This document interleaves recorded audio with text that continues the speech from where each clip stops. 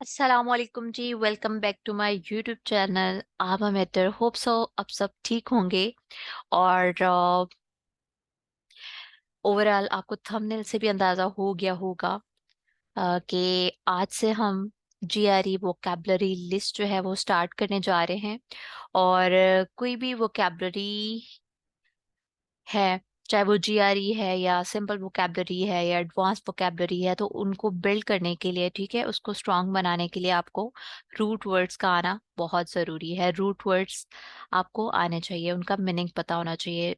कहते हैं ना कि जब एक चीज़ की बेस ही स्ट्रांग नहीं है, ठीक है, फॉर एग्जांपल यहाँ पे हम अगर एक पौधे की एग्जांपल लेते हैं तो उसकी रूट्स ही स्ट्रांग नहीं है, तो वो पौधा कैसे खड़ा होगा, कैसे वो अगर वो बड़ा होता है, अगर उसकी रूट स्ट्रांग नहीं है तो वो गिर जाएगा, ठीक है, जल्दी खत्म हो जाएगा। अच्छा जी, ऐसे ही एग्जाम्पल यानी मिसाल है वोकेबलरी की, इंग्लिश की, ठीक है। जैसे हमें अपनी इंग्लिश को इम्प्रूव करने के लिए बहुत सी चीज़ों को माइंड में रखना होता है, उनको इम्प्रूव करना होता है, तो उसमें जो है वोकेबलरी, ठीक है, वो कह लो कि आपका बेसिक फर्स्ट पिलर है। Then further so on grammar है, फिर सेंटेंस स्ट्रक्चर है, सो ऑन, ठीक है।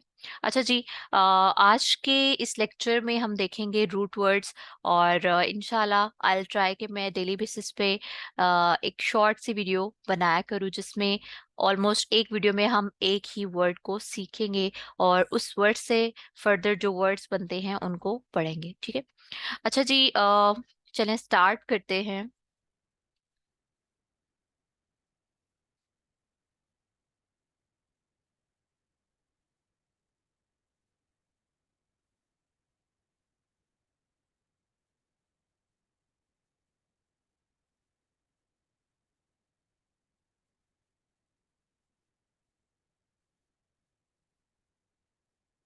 अच्छा जी, आज के इस लेक्चर में हम एक ही वर्ड देखेंगे, मतलब कि आ और एन, ठीक है। ए भी बोलते हैं इसको, ए एन, ठीक है। अच्छा जी, ए और एन, इन दोनों का मीनिंग क्या है? नॉट और विदाउट, यानी एब्सेंस, जिस चीज की मौजूदगी ना हो, ठीक है। अब आपने इस चीज को माइंड में रखना है, जहां भी कोई भी आप वर्ड पढ़ेंगे तो आपने उस वर्ड पे फोकस करना है, उसको नोट करना है कि वो वर्ड जो है वो उस वर्ड में कोई रूट वर्ड तो नहीं है, ठीक है। अब वोकैबलरी, जब भी आपको कहीं ना कहीं प्रॉब्लम हो, यकीन करें अगर आपको रूट वर्ड आते हैं तो आप क्रैम कर सकते हैं वर्ड्स को। आपको पता लग जाता है कि इस वर्ड का मीनिंग क्या होता है, हो सकता है। बाज दफा जब हम रीडिंग करते हैं, कोई नॉवल पढ़ते हैं, कोई बुक पढ़ते हैं, आप न्यूज़पेपर पढ़ते हैं, तो उनमें कुछ ऐसे टफ वर्ड होते हैं, बाज दफा हमें उनका मीनिंग पता नहीं होता, लेकिन हम उस एक कंप्लीट सेंटेंस को अंडरस्टैंड करते हुए हम उस वर्ड का मीनिंग जो है उसका गेस कर लेते हैं कि इस वर्ड का ये मीनिंग हो सकता है। अब बाज दफा ऐसा नहीं भी होता, या फिर जैसे कोई भी एग्जाम है तो उसमें वोकैबलरी वर्ड्स आ जाते हैं, सिनोनिम एंटोनिम, तो वहां पे हमारे लिए मुश्किल हो जाता है इसको क्रैम करना। तो उसके लिए फिर रूट वर्ड जो है वो बेस्ट कह लें कि एक आपका फॉर्मूला है, एक बेस्ट कह लो कि मेडिसिन है, जिसके थ्रू आप वोकैबलरी को लर्न कर सकते हो, मेमोराइज कर सकते हैं, ठीक। अच्छा जी, आज आ और एन को ही देखेंगे। जैसे कि मैंने बताया कि आ और एन जहां भी ये दोनों वर्ड यूज होंगे तो इनका मतलब है, इनका मीनिंग है नॉट और विदाउट। अब इनसे कुछ वर्ड्स को हम देखेंगे जो ए और एन से कुछ वर्ड्स बनते हैं, ठीक है। जाहिर है, वैसे तो आपको पता ही है कि ए और एन से बहुत ज्यादा, बहुत से वर्ड्स बनते हैं, एक कह लो कि लंबी लिस्ट बन सकती है और होती भी है। लेकिन हम कुछ वर्ड्स को यहाँ पे देखेंगे ताकि आप लोग की प्रैक्टिस हो जाए और आप लोग इस चीज को अपने माइंड में ग्रैब कर सकें।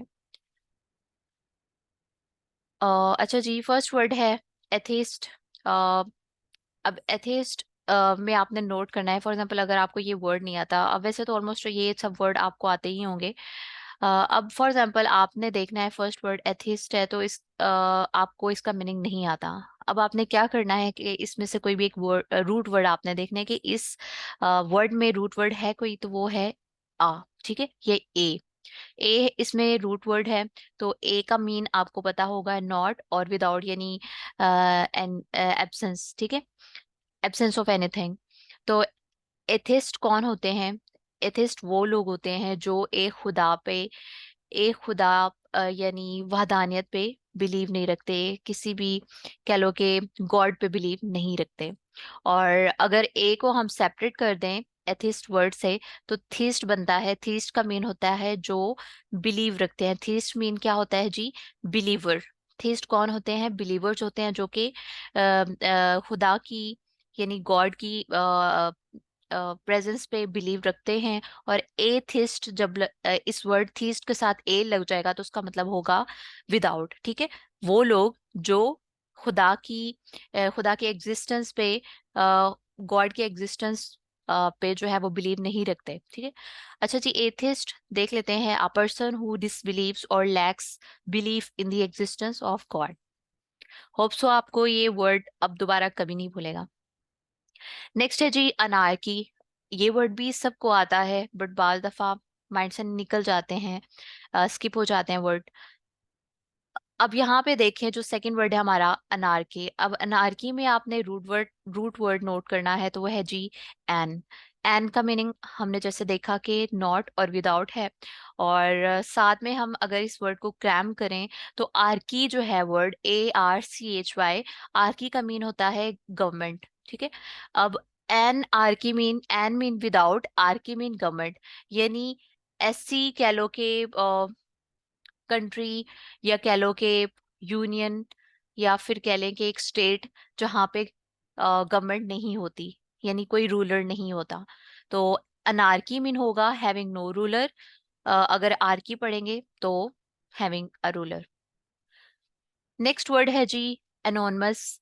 एनोनस एनोनमस मीन, ये जो वर्ड है इसमें आपने रूट वर्ड को नोट करना है। तो यहाँ पे भी एन यूज हुआ है, तो एन का मीनिंग है नॉट और विदाउट। और अगर वैसे हम इस वर्ड को देखें तो एनोनमस मीन है अ पर्सन्स नेम और identity has not been revealed. ठीक है, ऐसा शख्स जिसकी शनाख्त जो है वो नहीं अपेयर नहीं हुई, रिवील नहीं हुई। ठीक है, और अगर हम एन को हटा दें, ऑनमस जो वर्ड है उसका मीन होता है, ऑनमस वर्ड का मीनिंग है बेरिंग अ नेम। ठीक है, तो एन लगा देंगे तो फिर होगा अ पर्सन नेम और आइडेंटिटी हैव नॉट। ठीक है, कि हैव नॉट रिवील्ड नेम। फिर है जी अपैथे। वैसे तो अगर आप आ को हटा दे यानी ए को हटा दे तो पैथी का मीन होता है जी फीलिंग, ऐसे साथ। पैथी का मीन क्या होता है? फीलिंग्स, ऐसे साथ। अब ए लगा देंगे यानी ऐसा शख्स, या ऐसी कह लो कि ऐसे लोग जिनमें फीलिंग्स नहीं होती। ठीक है, तो एपैथी का मीन होगा लो और no reaction to emotions. Next word है जी अफेजिया। तो आफेजिया, आ मीन होगा नॉट और विदाउट, फीजिया मीन होगा कम्युनिकेट, एबिलिटी टू कम्युनिकेट। अब आ लगा देंगे तो मतलब एबिलिटी जो है वो किस में कन्वर्ट हो जाएगी? डिसऑर्डर में। तो आफिजिया मीन यहाँ पे क्या होगा? A order a disorder that affects how you communicate. फिर है जी अनीमिया। अनीमिया सबको पता होगा मीनिंग इसका, इस वर्ड का, यानी डेफिशिएंसी। अब यहाँ पे अगर हम देखें, अनीमिया वर्ड है, यहाँ पे आ का मीनिंग है विदाउट। ठीक है, अब आ हटा दे तो नीमिया का वर्ड होता है जी डिनोटिंग। ठीक है, ऐसी चीज यानी प्रेजेंस, डिनोटिंग। अब लगा देंगे तो इसका मीन होगा एब्सेंस, कमी या लो। ठीक है, तो अनीमिया मीन क्या होता है? कमी होती है। ये तो ऑलमोस्ट सबको मीनिंग पता होता है। अनीमिया मीन होता है जी डेफिशिएंसी। तो यहाँ पे मीनिंग है low levels of healthy red blood cells और हीमोग्लोबिन। नेक्स्ट वर्ड है जी अटिपिकल। अब यहाँ पे आ हटा दे तो टिपिकल का मेन होता है जी रिप्रेजेंटेशन, रिप्रेजेंटेटिव। ठीक है, और आ लगा देंगे तो नॉट रिप्रेजेंटेटिव। ठीक है, अब वो किसी भी टाइप की हो सकती है, कोई किसी भी ग्रुप की रिप्रेजेंटेशन हो सकती है, किसी भी क्लास की रिप्रेजेंटेशन हो सकती है।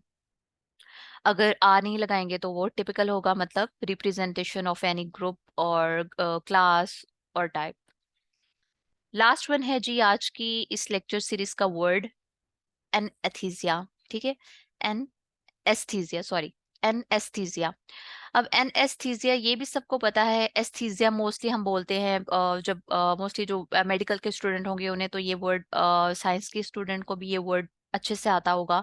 एस्थीसिया मोस्टली जो है कॉन्शियसनेस को कहते हैं, ठीक है, जो एक इंसान अपने होशो हवास में होता है। और एनेस्थीसिया मीन होगा अनकॉन्शियसनेस। एन का मतलब क्या होगा, नॉट और विदाउट।